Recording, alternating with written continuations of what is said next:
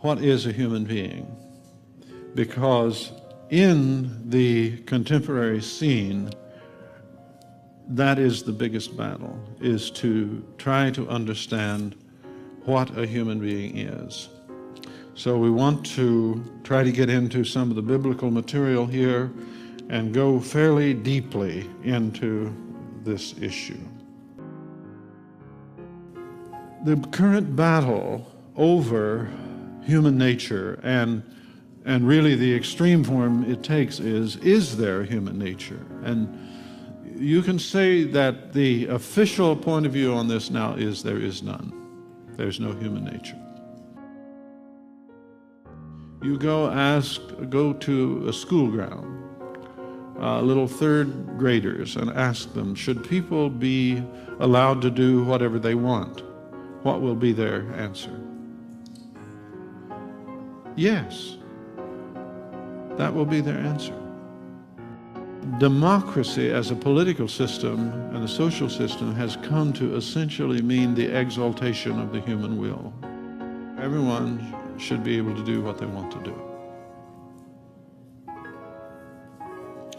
And that's a perversion of human liberty, in fact, but that's what it's taken to mean. Now, that can only be true if you have no nature, because if you have a nature, it's going to put a limit on what you can do. And that's true of everything. A wristwatch, a podium, anything has a nature that limits what it's good for. You can't pick your teeth with the podium, can you?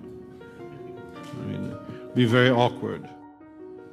Now, because in the past nature was used as an argument for what people could or could not, should not do. See, and often these were bad arguments. So, for example, racism was a bunch of bad arguments based on supposed nature. You see how that works? And often those were very bad and harmful arguments. They were oppressive.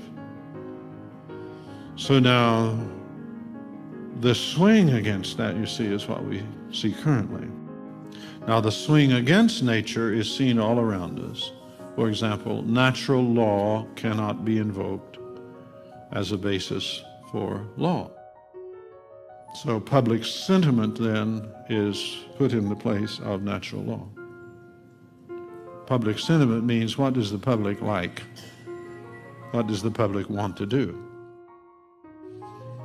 And so we've now moved in the last century to where what is wanted or desired or felt to be right by the public would be the basis for law.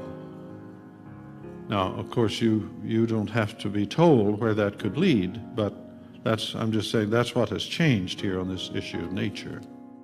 If you were to say, well, but what about Nazi sentiment? Suppose you had a whole society that agreed with Nazi sentiment. Would that make it right? They would hastily say no.